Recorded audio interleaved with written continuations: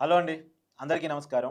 నేను మీ కట్టా కార్తీక్. హైదరాబాద్ కూకట్పల్లిలో గత సోమవారం రోజు 6వ తరగతి చదువుతున్న 10 ఏళ్ల బాలికని 21 కత్తిపోటుతో అత్యంత దారుణంగా చంపేసిన సంఘటన తెలుగు రాష్ట్రాల్లో అందరినీ కూడా భయకంపితులను చేసింది.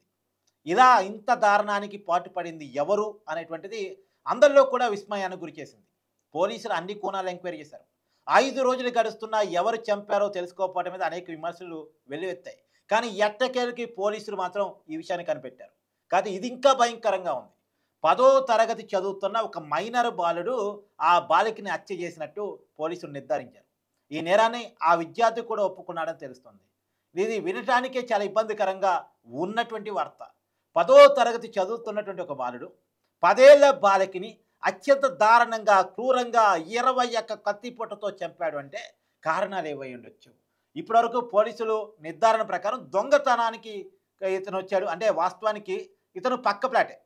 ఎక్కడైతే ఈ సహస్ర అనేటువంటి 10 ఏళ్ల బాలిక నివసిస్తుందో, వాళ్ళ పేరెంట్స్ నివసిస్తున్నారో, వీళ్ళ ఇంటికి పక్కనే ఉన్నటువంటి ఒక ఇంట్లో ఈ 10వ తరగతి విద్యార్థి నివసిస్తున్నాడు. ఇతను వాళ్ళ తల్లి, తండ్రి లేరు అన్న విషయాన్ని చూసి దొంగతనానికి వెళ్ళాడు. కాకపోతే అక్కడ పాప ఉంది అన్న విషయం ఆ బాలుడికి అప్పటికి తెలియదంట. కానీ ఆ రోజు స్కూల్‌కి వెళ్ళకపోవటం వల్ల, స్కూల్‌కి సెలవు కావటం వల్ల ఆ పాప ఇంట్లోనే ఉంది. ఈతను దొంగతనానికి వచ్చిన విషయాన్ని ఆ పాప గమనించి ఇంటి పక్కన వ్యక్తివిగా, అంటే వాస్తవానికి ఈ పాపకి ఆ బాలుడు తెలుసు.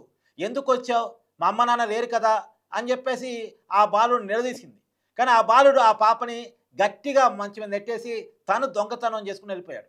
మళ్ళా దొంగతనం చేసుకొని వెళ్ళిపోయిన వ్యక్తి ఈ పాప అందరికీ చెప్పిద్దనుకున్నాడో ఏమో గాని మళ్ళా కత్తి పట్టుకొని వచ్చి అత్యంత దారుణంగా చంపేసి వెళ్ళిపోయాడంట. అత్యంత దారుణంగా ఉంది కదా! గొంతు కోసి 21 కత్తిపోటుతో దాడి చేసి చనిపోయింది అనుకొని నిర్ధారించుకున్న తర్వాత వెళ్ళాడంట.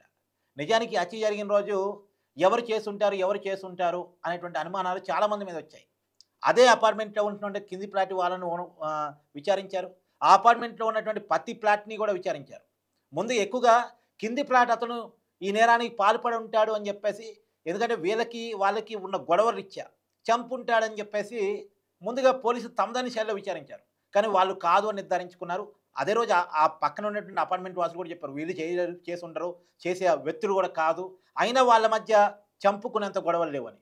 నిజానికి ఈ శాస్త్ర పేరెంట్స్ కూడా చెప్పారు. మాకెవరితో గొడవలు లేవు. బంధువులతో, స్నేహితులతో, ఈ అపార్ట్మెంట్ వాసులతో ఎవరితో గొడవలు లేవు. చంపుకునేంత గొడవలు ఎవరితోనూ లేవు. ఆయన చిన్న పిల్లగాళ్ళని చంపడం ఏంటి అని చెప్పేసి వాళ్ళు కూడా వాపోయారు. ఒక టైంలో అసలు వాళ్ళ తండ్రే చంపాడా అనేటువంటి చర్చ కూడా కొనసాగింది. దాని మీద కూడా వాళ్ళు మీడియా ముందుకొచ్చి సొంత తండ్రి కన్నబిడ్డని చంపడం ఏంటి? మేమెందుకు చంపుకుంటాం మా బిడ్డని? అల్లారు ముద్దుగా పెంచుకున్నాం అని చెప్పేసి తల్లిదండ్రులు వివరణ ఇచ్చుకోవాల్సొచ్చింది. కానీ అంతిమంగా ఈరోజు తెలిసిన విషయం ఏందంటే, ఒక 10వ తరగతి విద్యార్థి ఆ పాపని చంపాడు అనేటువంటిది. అత్యంత దారుణం. అనేది ఇది ఎలా కనిపెట్టబడిందంటే, ఆ చుట్టుపక్కల ఉన్న వాళ్ళందరిని కూడా విచారిస్తారు. అలానే ఆ బ్లడ్ రిపోర్ట్స్, ఆ చంపిన తీరు ఇవన్నీ కూడా రిపోర్ట్స్ పంపించారు.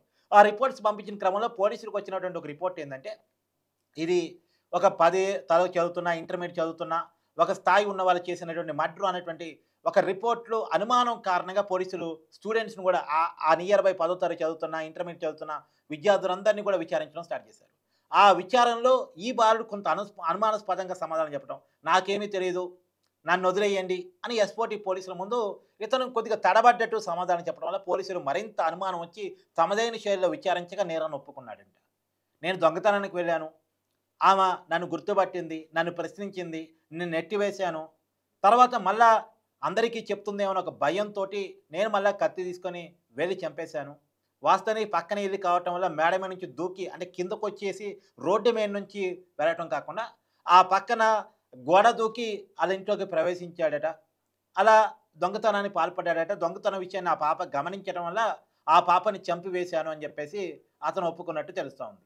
ఇది దారుణమైన సంఘటన. ఒకటి 10 ఏళ్ల బాలికని చంపటం ఒక దారుణమైతే, ఆ చంపడానికి కారకుడు 10వ తరగతి చదువుతున్న విద్యార్థి కావటం మరొకటి. అతను దొంగతనం బుద్ధిరేంటి? చంపేంత క్రూరత్వం ఏంటి? అంటే ఈ సోషల్ మీడియా వల్ల, డిజిటల్ మీడియా వల్ల పిల్లల్లో ఎలాంటి క్రూరమైన మైండ్ సెట్ పెరుగుతా ఉంది. ఈ మధ్య కాలంలో మనం చూసాం. చదువుకుంటున్నటువంటి వాళ్ళ పాప వాళ్ళ తల్లిని చంపటం. తన లవర్‌తో కలిసి ఆమె కూడా 8వ తరగతో, 9వ తరగతో చదువుతున్న పాప తన లవర్‌తో కలిసి తన తల్లినే చంపేసుకున్నటువంటి సంఘటన మనం చూసాం. కానీ ఆ సంఘటన ఇంకా మర్చిపోకముందే 10వ తరగతి చదువుతున్న ఒక బాలుడు 10 ఏళ్ల బాలికని 6వ తరగతి చదువుతుంది. చాలా లైఫ్ ఉంది. చాలా జీవితం ఉంది. అలాంటి పాపని చంపటం అంటే అత్యంతగా దారుణంగా కనిపిస్తా ఉంది ఈ పరిస్థితి చూస్తా ఉంటే. అంటే మన పిల్లలు ఎటుపోతున్నారు? వాళ్ళ వాళ్ళ పెంపకం ఎలా ఉంది? మనం చెక్ చేసుకోకపోతే ఇయాల 2 జీవితాలు. ఈ బాలుడి జీవితం జైలు పాలైంది. ఆ పాప జీవితం ఈ లోకాన్నే విడిచిపోయింది. అత్యంత దారుణం కదా! సరే ఏదేమైనా పిల్లల్ని పెంచే విషయంలో రివ్యూ చేసుకోండి. రివ్యూ చేసుకోకపోతే జీవితాలు ఆగమైపోతాయి. కుటుంబాలు ఆగమైపోతాయి.